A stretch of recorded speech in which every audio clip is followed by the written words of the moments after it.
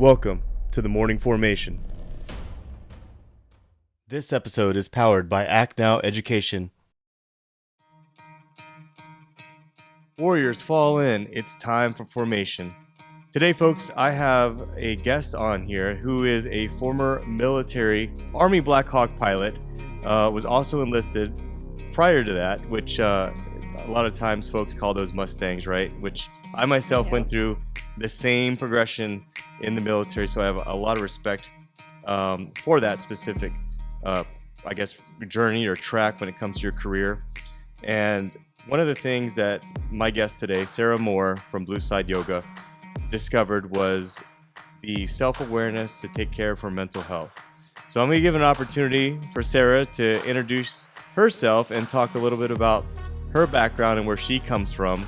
And then we'll get into talking about her business that helps veterans cope with mental health through the wilderness. Sarah, thank you. Thank you so much for having me. I'm so happy to be here, and I love the parallels that we have with our career. So little bit about my background. 9/11 really shaped my entire life. So I didn't have a lot of aspirations for military or anything before 9/11 happened. It happened when I was in my freshman year in college, and by the end of the week, I was in the recruiter's office, and I knew that was the path I was going to take. So from the start of age 19, I was living in that Army world and took whatever job was available at that time, and that happened to be a truck driver, and I just rolled with it. No pun intended. So did the whole pre-Iraq war deal. Eventually got back to college, and somehow enjoyed the Army so much I knew I wanted to make it my career. So I ended up going aviation, and from there my flying career just kind of took off. So I was an air assault company commander, deployed a couple of times. We were in Iraq, finished up in Kosovo. But throughout that time, it was about 8 years into my career where the stress and everything just started building up. And so I think that's kind of about the time where I see my peers start to get burnout as well. So it's like that 8-year mark where things just start to kind of pile up. But we can talk about a little bit of that later. But as I was going through my career, I started picking up these bits and pieces of mental health and realizing that the lifestyle that we live, which mainly is the suck it up and drive on, and these really poor coping mechanisms that are normal for us in the military, aren't helpful overall for your whole system, and you're going to burn out really quickly. So mid-career, I started recognizing that, and then from there got more into peer support, learning about neuroscience, learning about the nervous system, and trying to that into daily life and encouraging others that, hey, your mental health has to be a priority. And I saw part of the replay from the presentation that you put on last week. And you talked about when it dawned on you that you need to focus more on your mental health. And I think it happened during a training exercise. Is that correct? It did. So the time that I actually had such a huge anxiety attack that I got sent to the ER. And leading up to that, I had no idea what was going on in my mind and body, and no idea that it was that severe, that I was just kind of waiting for that next really stressful moment to just snap my whole nervous system. And so that happened it was about 6 months post Iraq deployment. I was in the aviation captain's career course, which ended up being my reward for deploying, which you kind of see it in the surge, that's kind of a downtime to go to a school because you're not deploying.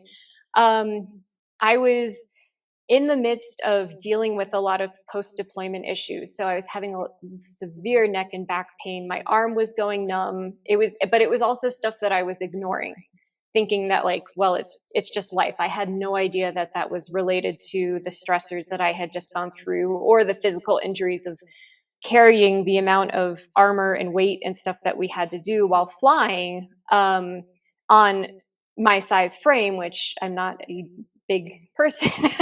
So a lot of that was really messing with my back. I came home from Iraq. I didn't really have anywhere to live. I was in an abusive marriage, verbally and physically. And so the cumulative of all of that stuff, what in addition to the unhealthy coping mechanisms that we all have, which is drinking too much, over caffeinating, not getting enough sleep, all that stuff.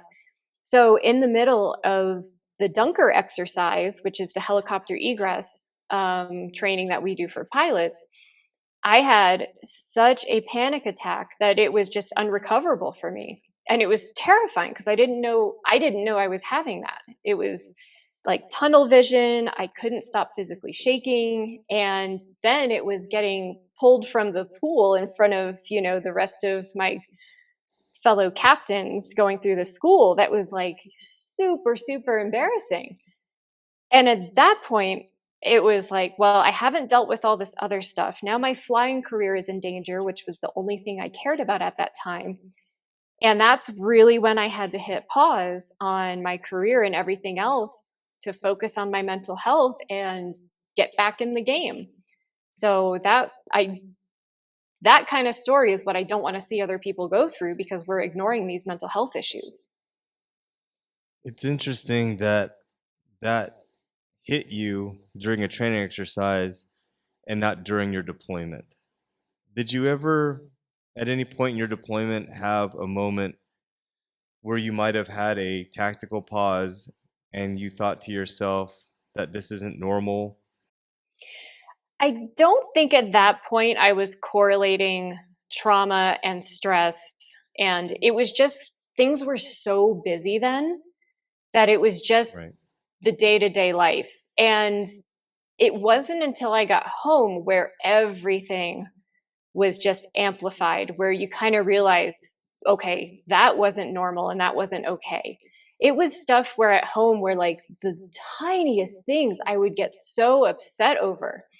And then the hypervigilance and not being able to calm down and not being able to sleep. And then, I would have these nightmares that were, I don't know like how to categorize them as nightmares, but it was these, like, I call them stress dreams, and I don't know if that's a technical term or not, but it was a thing where it's like I can't get my weapon out, I can't get my sights focused, I can't get, like, that was part of the dream, where it was like this internal panic of something that I can't do to save myself or others.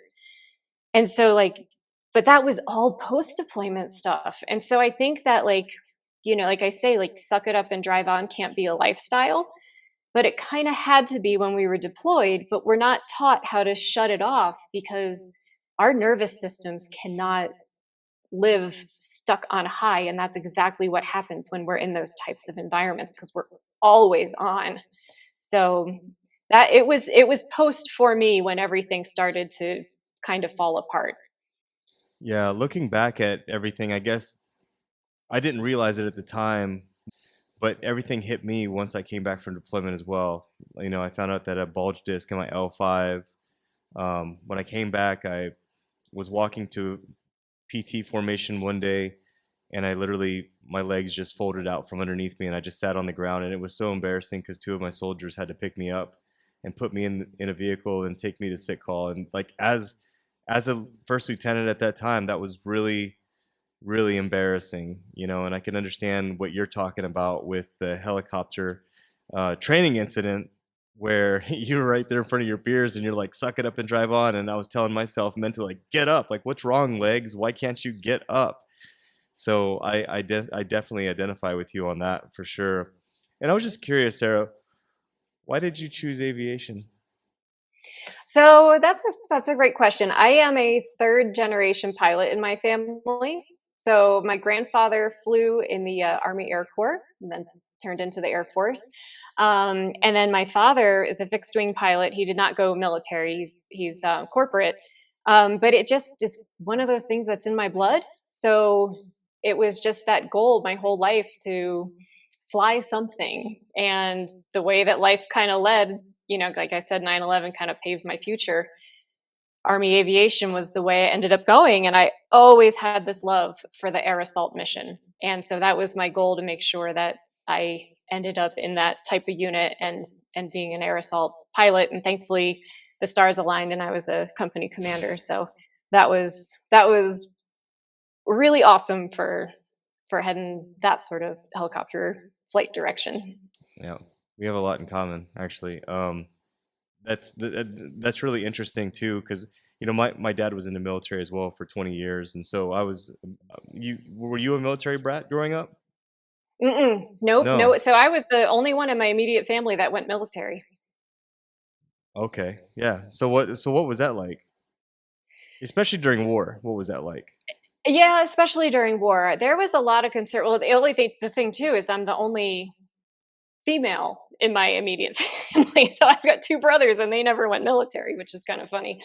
Um, but it was really concerning and it was really new for my parents, because here I am at 19 leaving college and this inevitable war is starting, and I'm a fuel truck driver. And we, like, looking back at the start of the war, that was such a horrible place to be in a convoy. Hmm. Um, and so the stress of, my family watching me go from, college to enlisted and just pouring my heart into wanting to serve my country was nerve wracking. And I was thankful, my mom got involved with the family readiness group and all the things so that she knew what was going on. But it still was a really difficult and stressful time of, being that only daughter in the family that raised her hand to go off and Hmm. fight a war. So, and then continue when I got back. And then, dealing with all the post deployment issues of the physical back pain, and then all, PTSD and all that kind of stuff. No one really knows how to deal with it. And it was really tough, especially in the early parts of Operation Iraqi Freedom, of like, how are we going to come back? How do we integrate? How do we, is who am I again in this family? And it's hard to just, step right Yeah. back into that, because you have to merge who you were before with who you are now, and that's very two different people. I think that's one of the more difficult parts that's not spoken about when it comes to PTS, is the assimilation back to the dinner table, to people who have never served before, and having conversations with them. It changes. And sometimes you're not heard. Sometimes people form very strong opinions about certain things, and they've never walked a mile in your boots before. And it's interesting too, because I was actually a transportation platoon leader when I was downrange. What year were you in Iraq? What year was your Oh, first time deploying?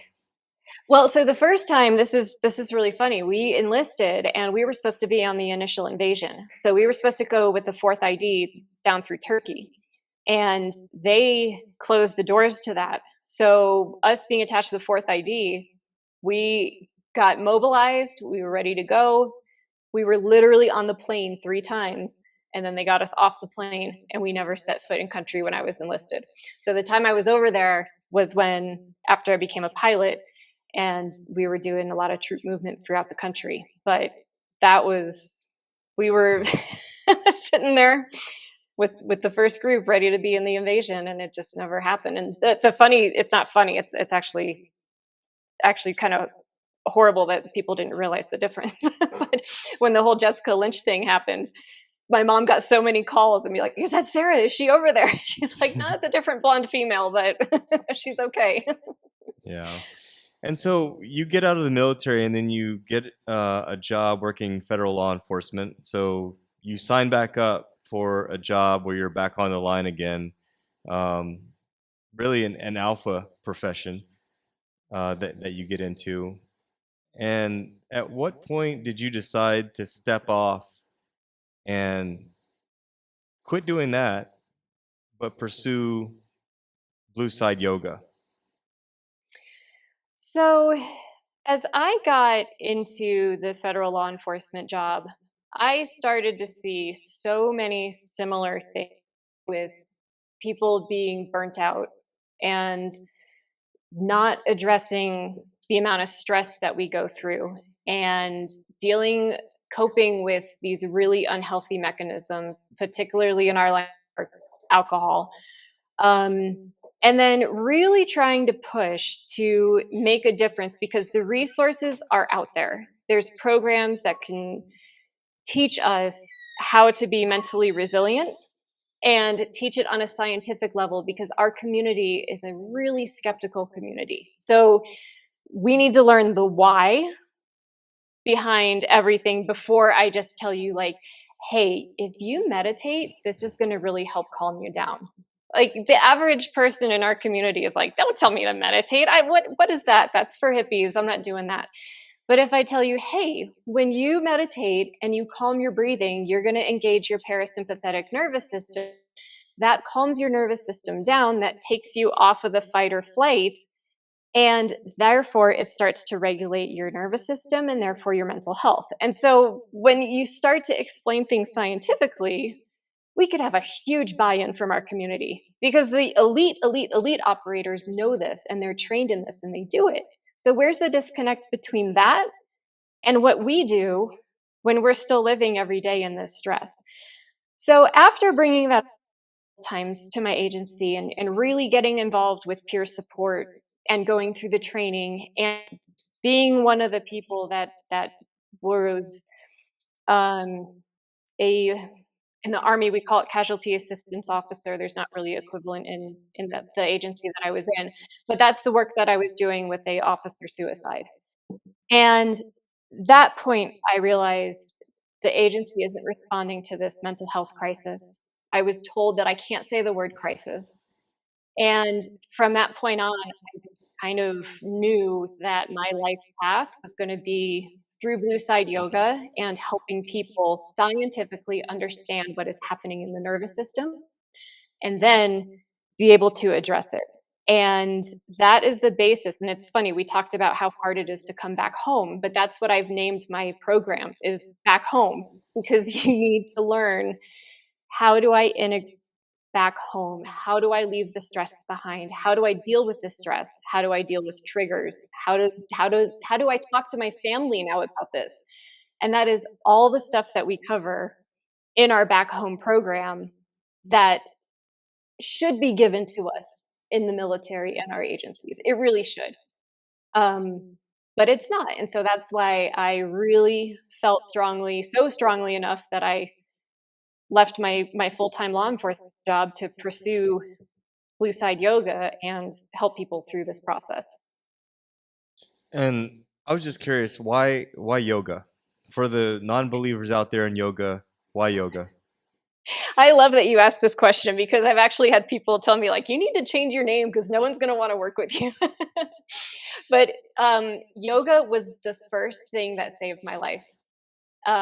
So after my anxiety attack in 2009, the VA's answer, not the VA, the Army, the military's answer was to give me a ton of pain pills and muscle relaxers. And I wasn't willing to do that. I was personally terrified that I was going to become addicted to the painkillers. And plus, like the only joy I had in my life that time was my flying career. And I was not about to let that go. So I researched and I went out on my own and I went to a neurosurgeon actually because my back pain was so bad. And he said, well, he's like, you should naturally try yoga and then get into like deep tissue massage and all chiropractic work and all that stuff. But yoga was the first thing that he recommended. And as soon as I started going to yoga, it took probably about a month, like really going 3 times a week and living it. But then my arm, so I had really bad numbness in my arm started to come back to life. And I was like, whoa, there's something here. And then it wasn't just the physical, like getting all of our muscles to release because we hold stress in our muscles, especially our, hips, back, neck, all of that, the areas. So finally, when I was able to get those muscles to release, the mental aspect started feeling better too. I was like, oh, I'm actually sleeping better and I'm concentrating better and my mind isn't going through this constant hypervigilant state. And so I really credit yoga as the first step to saving my life. And I don't say those words lightly. Like, I really think I was going down a very scary path. And so that's why yoga is so important to me, because it was the first step in getting me on the right path to understanding what happened in my mind and body, and understand what happens in others as they've gone through very similar situations. The only time in my life that I ever felt 100% like mentally and physically was when next to my gym there was a hot yoga place, and I was always concerned about being injured. That was my biggest concern. I got to go to work. I can't be injured, so let me try this yoga thing so I can stay flexible, and that prevents injuries. And so I go in there. The best part about it was that it was an hour out of my day when I started going like 2 3 times a week, where my phone was not with me, and it was a hot yoga, so you had to focus on your breathing. And man, I felt so good after just like 2 months of doing it. And I was really sad when I moved away from that place because it was so convenient to get to. Um, and so I'm a believer in it. I suggest yoga to everybody, but at the end of the day, it's like, who's actually going to go do it? That's the biggest challenge of it all. Do you find a lot of difficulty in convincing folks to give it a shot? I do. So I get a lot of excuses. So it's the usual excuses that I'm not flexible, all that kind of stuff, which you can easily, like, if you're not flexible, that's why you should go to yoga. It would be like telling you, like, hey, I don't speak Spanish, so I can't go to Spanish class. Like, no, you go to Spanish class to learn how to speak Spanish. So you go to yoga to be more flexible and more calm, and controlling the mind and all that, the mind body connection. But the other one that I found was really interesting, and I was a PT instructor for the federal agency that I was with, and so I was always offering yoga and stretching. And I had one guy come up to me, and he's like, "I can't do yoga because it's too boring for me." And so I was like, "Okay, I totally understand where you're coming from, because our minds are so busy that when we finally have a time where we have to sit still, or have to hold a pose or hold a stretch, we, as military and first responders, have trained our minds and bodies to feel like or being stagnant is uncomfortable. And so our bodies have learned that to be a threat. So we react to it like, I can't do this. I don't want to do this. This isn't comfortable for me. And they're going to fight that tendency to do it. So when I come across someone like that, I try to explain scientifically, like, this is why it's boring for you, or this is why you're uncomfortable doing it. It's because your mind is constantly activated and constantly on. So you need to come back and be centered, and start to train the mind to not be going every which way, and to focus on the task at hand.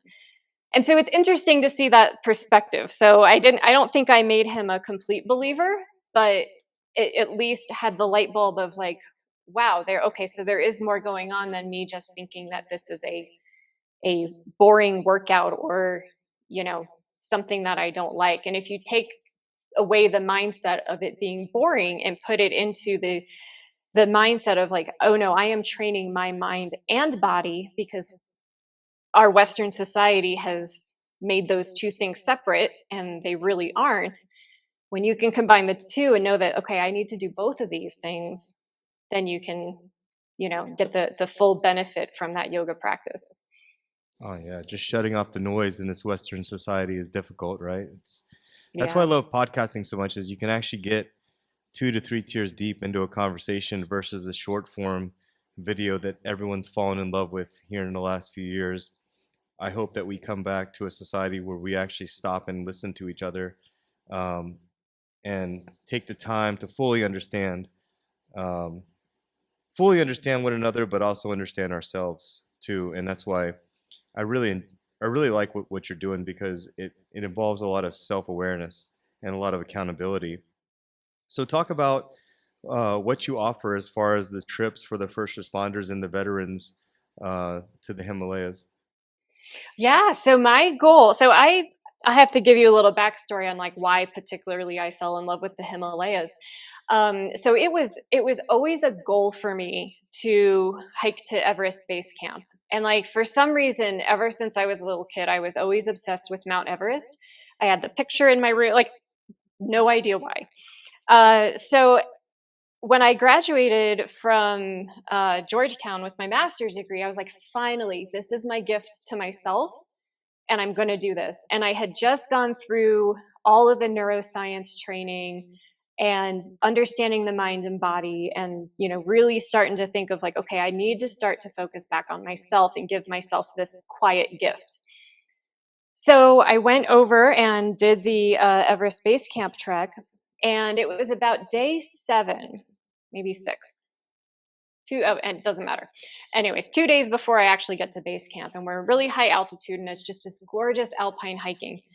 And I'm walking alone, and I'm just listening to nothing. I'm enjoying the quietness, and I felt like I had this like bug's exoskeleton that I was wearing, and it felt like it was just cracking away.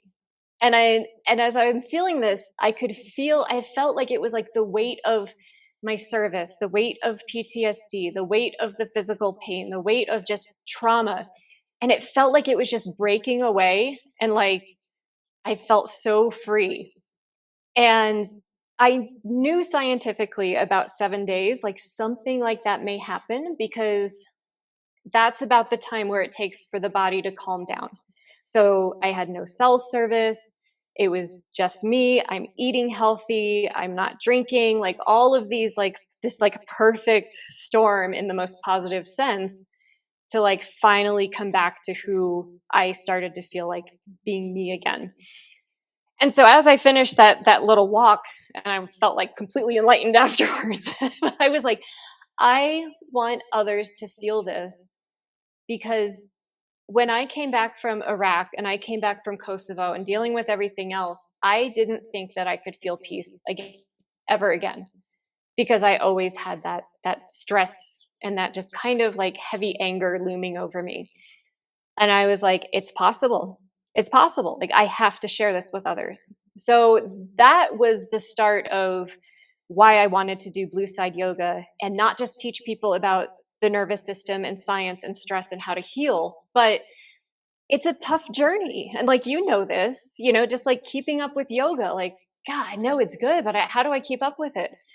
So if I start working with you and our end goal is to do this amazing trek in Nepal that you have to physically and mentally prepare yourself for, and we're doing it with a group of others that are in the same boat, that's where I'm like, that's where healing happens.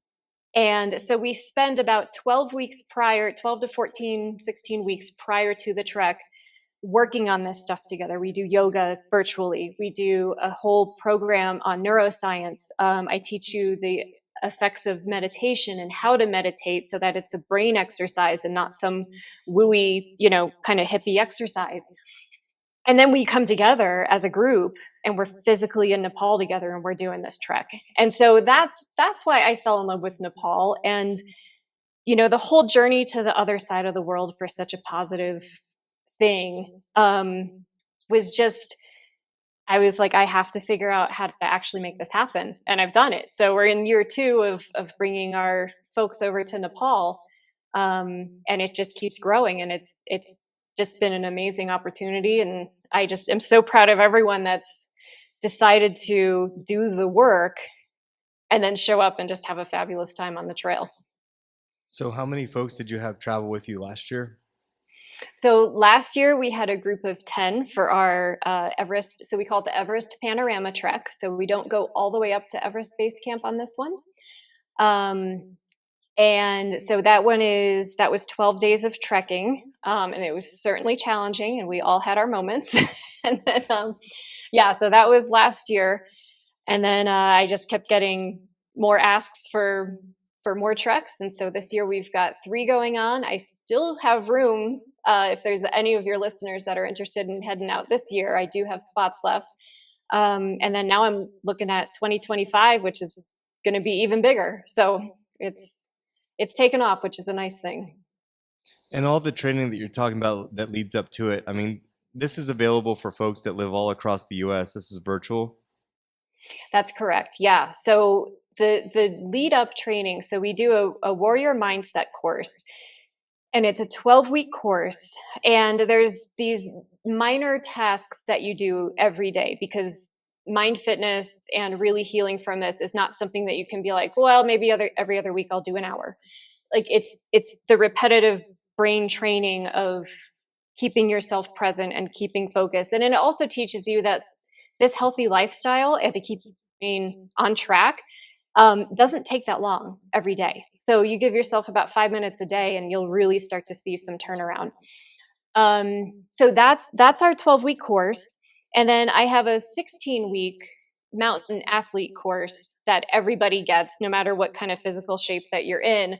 And that's designed to take somebody that isn't used to trekking at all, and it'll prepare them to do a 10-mile trek, which is definitely the longest that we would do any day in Nepal. So if you can do that trek at the end, then you're set to go. So yeah, we set you up for success with this, and you're never alone. So that's the big benefit of this.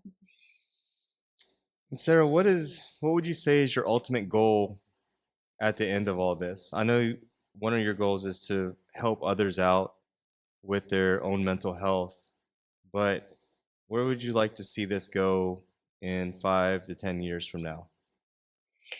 I want to see this training not be something that is outside of our organizations. So even though that's what has to be provided now, because our agencies have not bought into this, but this sort of training and this sort of mental health awareness needs to start from day one, to let you know, like, hey, when you join the military, you got to go hard through training, you got to go hard through combat. But when you're not in those scenarios, there's got to be something that teaches us to come back down to our normal baseline. So my goal would be to have this, like, have so much awareness about this that it's a normal conversation within units, it's normal training within units, and you don't have to break before you get to learn about this stuff. It should be like preventative medicine out there. So that's my goal, is to get this a normal conversation, a normal practice in everything that we do. Sarah, my last question to you is this, and it's probably a pretty difficult question. Um, how do you get a veteran to understand self-awareness and accountability? Reason I ask this question is because I had a Marine veteran call me this week, just crying. I was literally in the middle of jujitsu class, and I'm watching my daughter do jujitsu, and he calls me up crying because he's going through a divorce. He hasn't seen his kids in forever. And I've told him over and over again, hey, you need to go seek therapy. You need to find some positive influence. You need to, I mean, in today's day and age, there's really no excuse, because they have like Meet Me apps, where you can meet folks in groups that will do physical training and things like that. And being from the military, physical fitness is kind of a base, a foundation for everything. So I was suggesting that to him. And at the end of it all, it was just like, well, it doesn't work for me. Everything was like just negative and no accountability at all. And it's kind of one of those situations where you are your own worst enemy, because there is no accountability and there is no self-awareness. Do you have any suggestions on how to get folks to come around to considering something like what you're doing, or to just take that accountability and take their own mental health awareness in their own hands? God, I wish I had an answer for this, because I would have multiple sold out treks if that was the case. Yeah. I think so. The biggest impact that I've been able to see, and to get people to open up and realize this. So there's two ways, unfortunately. Unfortunately, one way is where it's like the individual you're just talking about, you break so badly that you have no other choice than to take a timeout. And that's what happened to me in the middle of Dunker training. Like, my nervous system broke so badly that I had to stop flying. I was forced to go see a psychiatrist. I was forced into, taking a break and taking a step back. And it doesn't have to be like that. So part of it is you're going to break yourself, and then you're going to learn the hard way. Or you can learn from people like me and my story, to not end up that way, because all the signs are there. And when I look back at it, yeah, now that I know what I know, of course I freaking had a breakdown. I had so much on my plate and trying to handle so much on my own. Our bodies aren't designed to do this. It's not a sign of weakness. And it's not that I wasn't mentally tough enough. There's a point where things just snap.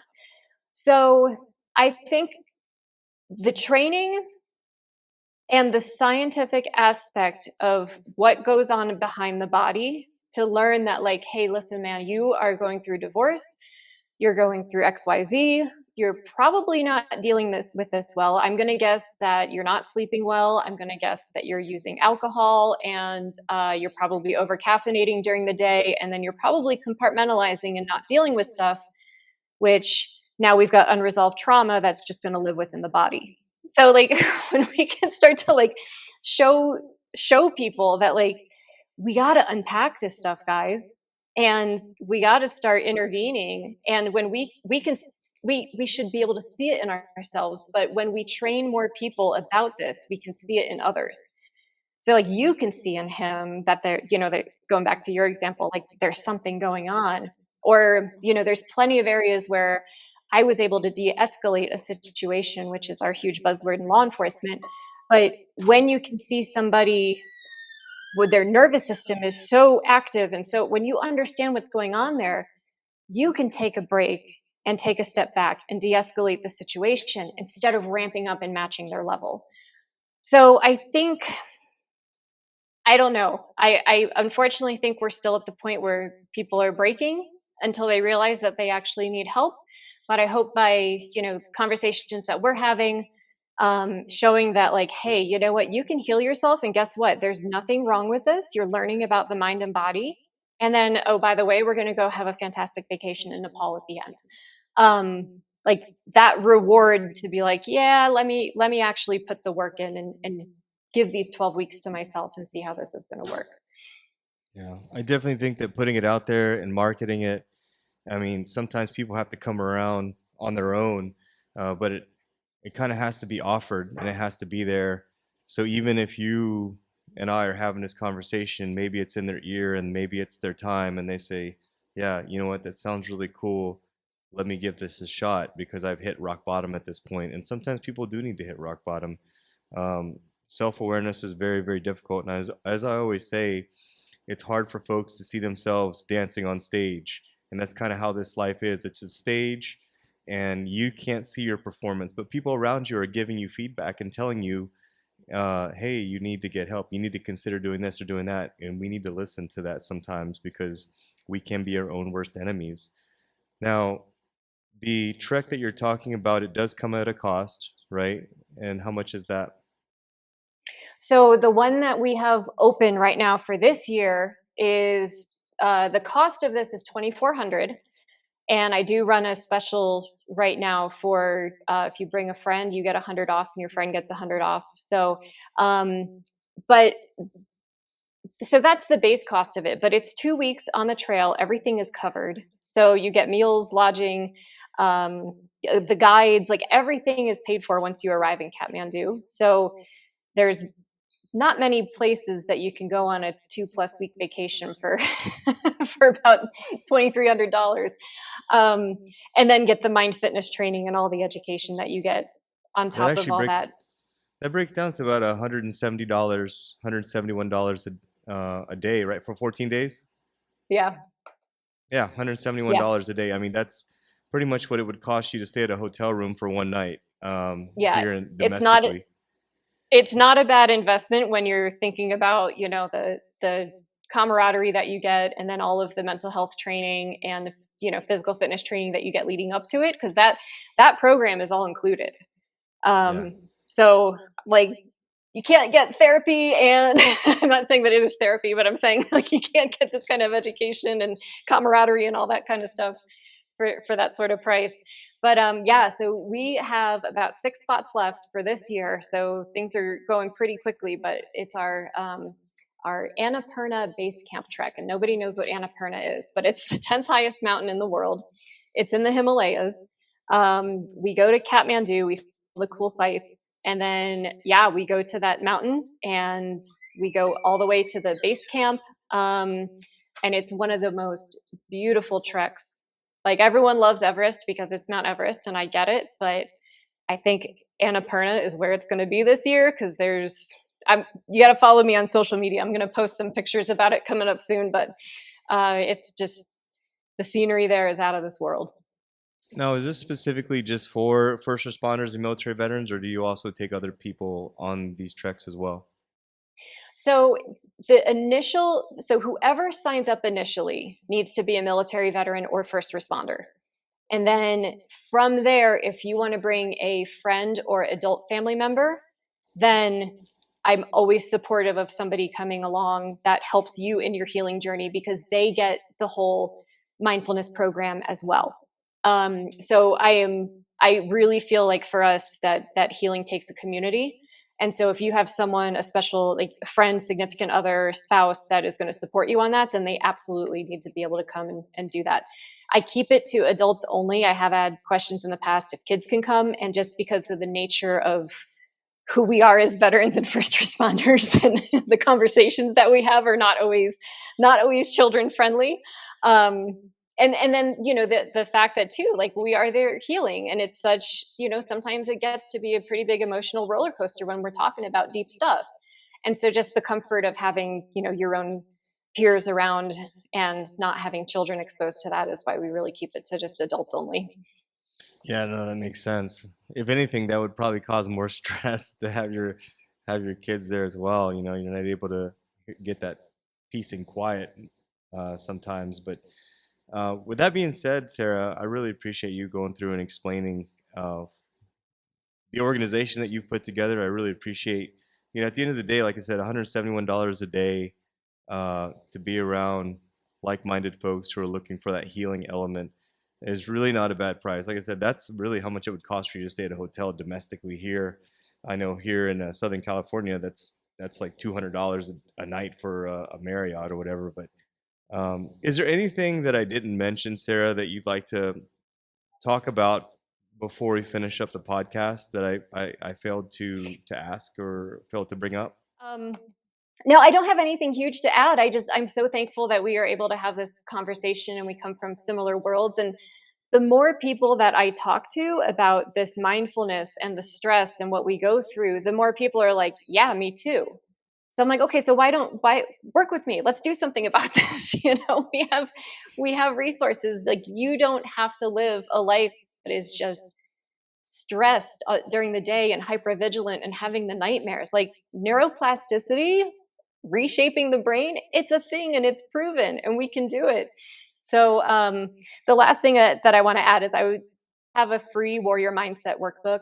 And so if there's a way that we could, include a link or get that out to your folks, and it's just a way to start kind of assessing your life and where you're at. So it's not really diving into the mind fitness stuff yet, but it just makes you look and think of like, all right, these are my goals.